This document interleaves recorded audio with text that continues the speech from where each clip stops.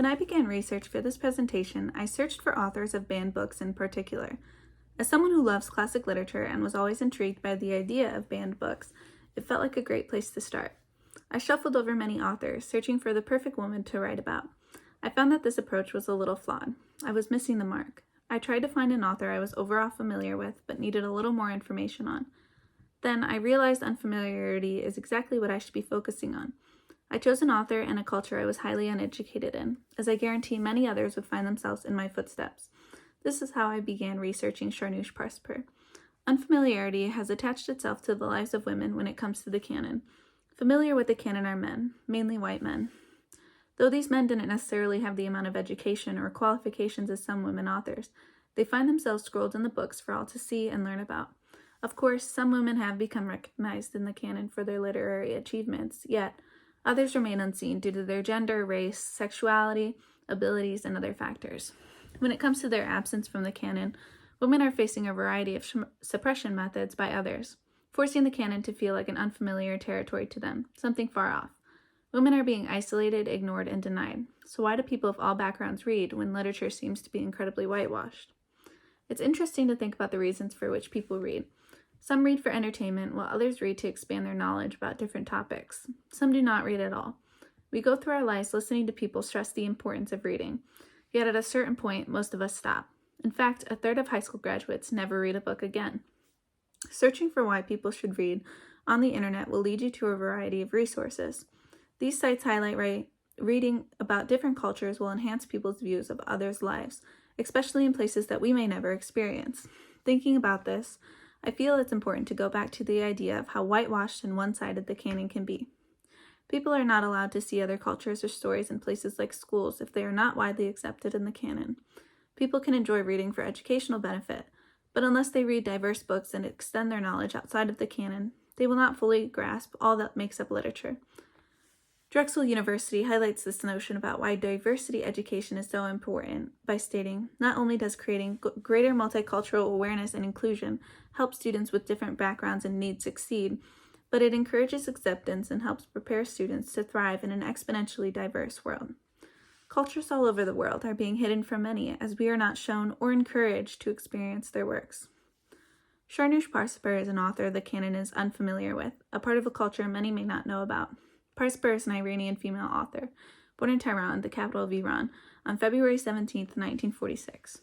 Starting when she was young, Parsipur became a writer in any way she could. Parsipur wrote her first novel when she was 28, translated to The Dog and the Long Winter. After her first book, she began to face much backlash as a female and an author in Iran.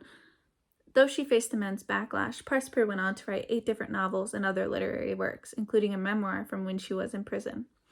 Parsipur has faced many forms of suppression in her life, as not only a woman, but an Iranian woman author. In particular, Parsipur has gone through many prohibitions, as well as faced the lack of models and the double standard of content towards her works. To begin, Parsipur faced quite a lot of prohibitions from her country and others when it came to becoming an author. Looking into How to Suppress Women's Writing by Joanna Russ does a great job at defining what makes up prohibitions and how to accurately describe them.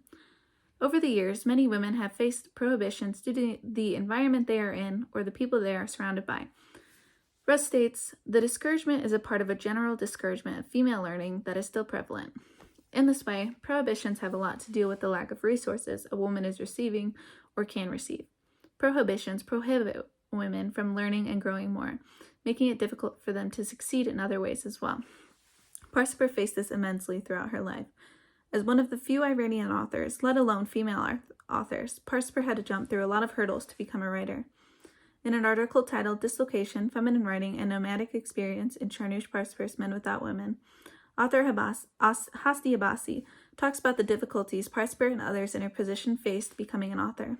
Abbasi states, instead, exile may refer to intellectual and internal displacement within the borders of one's country. Parsipur faced a lot of backlash from her own country, as Abbasi notes. Regardless of Parsipur's educational background and success when it came to writing, she was criticized for her work.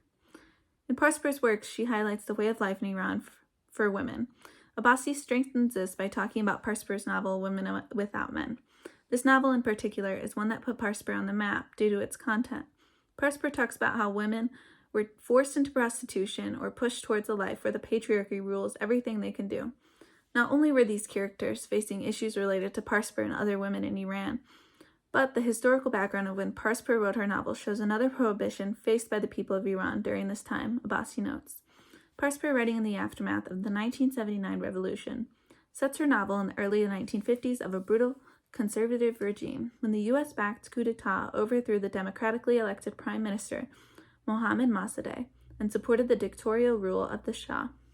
Abbasi continues by talking about how Parsipur can show her opinions of the lifestyles of today by the use of writing her novel in the period of the early 1950s. By doing this, she's able to show her opinions on the government. Abbasi mentions this by stating she implies that the coup d'etat paved the path to the eventual 1979 revolution, in which the imposition of the Islamic hijab over women was just one of a number of mandatory ways to impose restrictions on women's freedom of expression. This shows Parsipur's crucial opinions on the rights of women during this time, especially concerning their freedom. Parsipur directly opposed all the prohibitions that were being forced on women, which in turn led to her imprisonment after the release of Women Without Men. Though Parsipur did end up breaking the mold and writing the content she wanted, she faced immense reprimands from her country due to the prohibition set in place. Coinciding with the prohibition Parsipur faces, she also encounters a lack of models surrounding her when she became an author. In How to Suppress Women's Writing by Joanna Russ, Russ defines what makes up the lack of models and how to accurately describe the concept. In general, the lack of models is exactly how it sounds. Women face the suppression since there are not enough women authors to represent different races, sexualities, genres, and more being widely seen. Russ states this by saying, in the face of continual and massive discouragement, women need models not only to see in what ways the literary imagination has, as Morris says, been at work on the fact of being female, but also as assurances that they can produce art without inevitably being second-rate or running mad or doing without love. As we saw earlier, there were not many individuals able to write freely, especially women in Iran. Parsipur has been seen to be at the forefront of the revolution for many Iranian women authors. Author Kamran Talatov states this in her article, Breaking Taboos in Iranian Women's Literature, the work of Shahrnush Parsipur, by saying, her writing has broken taboos about women's sexuality and contributed to the rise of feminist discourse in Iran. It continues to inform succeeding generations of female writers. This highlights how important Parsipur's work was to women and others in Iran. Parsipur's work was incredibly important to women and writers in Iran, especially due to the lack of models they faced. In an interview with the Louisiana Channel, Parsipur states, it's a fact that working with literature has been difficult in my country, because until recently, Iran didn't allow women to be active, and women were considered an object, not a human being. Parsipur noted how she was the second woman in Iran to write a novel, making her a pioneer for women's literature in this country. Though Parsipur was a pioneer for women authors in Iran, she had to go through the process of becoming a writer on her own, with no influence from other authors that were like her. Parsipur had to go through the lack of models the entire time she wrote her novels, as she paved the way for many Iranian authors to follow in her footsteps. Not only did Parsipur face the lack of models when it came to being a female, Iranian author at the time, but she also faced the lack of models when it came to the genre she wrote in.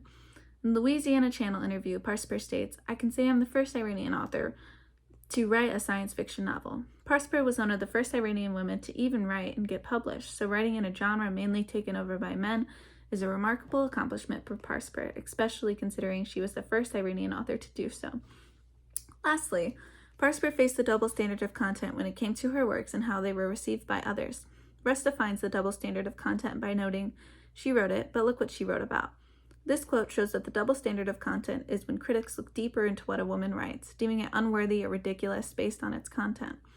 This affected Parsipur greatly throughout her life as a writer. In particular, Parsipur faced the double standard of content after the release of Women Without Men, which led to her imprisonment in Tehran. Parsipur never shied from taboo topics in her books, showing the audience the brutal reality in many different situations. In an article titled Prison Echoes that focused on Parsipur's Kissing the Sword, a prison memoir, the author states, no stranger to opposition, she, Parsipur, was imprisoned for her writings 4 times, once by the Shah's security police and 3 times by the government of the Islamic Republic. Knowing this information, people can see how important writing and justice were to Parsipur, as she never stopped writing. In Parsipur's memoir, she showed just how brutal life for prisoners was in her home country. Though the prison system was terrible, Parsipur put the lives of others always at the forefront. In her memoir, she states, given my beliefs about freedom and democracy, if I had been free at the moment and took no action, I would have been deeply disappointed in myself. This shows that regardless of what happened to Parsipur, she knew that expressing her freedom and helping others was always important to her. The double standard of content affected Parsipur greatly, as she chose to write a lot of her content about the lives of women and issues they may be facing during this time. Parsipur was not able to talk about the things she was passionate about unless she faced immense reprimands after. The article Breaking Taboos in Iranian Women's Literature by Kamran Talatov explains the nature of Parsipur by saying, her female characters ridicule such traditional concepts as chastity and virginity, describe their sexual oppression, and articulate resistance to the male-dominated culture. By breaking taboos about women's sexuality, Parsipur has contributed to the ascendance of a feminist discourse after the 1979 Islamic Revolution. Though Parsipur is now looked at as a trailblazer for her work, at the time, the majority of people in her country did not support anything she was writing or talking about in her novels. Not only was Parsipur imprisoned, but her novels were banned in her home country due to her background, making it impossible for any of her future works to be published in Iran. The double standard of content affected Parsipur greatly in almost every way that it could. She was practically pushed out of her own country if she wanted to keep her career as a writer. Overall, Shahrnush Parsipur is a female writer I feel should be acknowledged and highly represented in the canon. Not only does the canon disproportionately include women writers in it, but it also lacks to include a variety of races, religions, sexuality, and abilities. Parsipur is an incredibly successful and inspiring author, more than deserving to be talked about in any classroom in America. Thank you.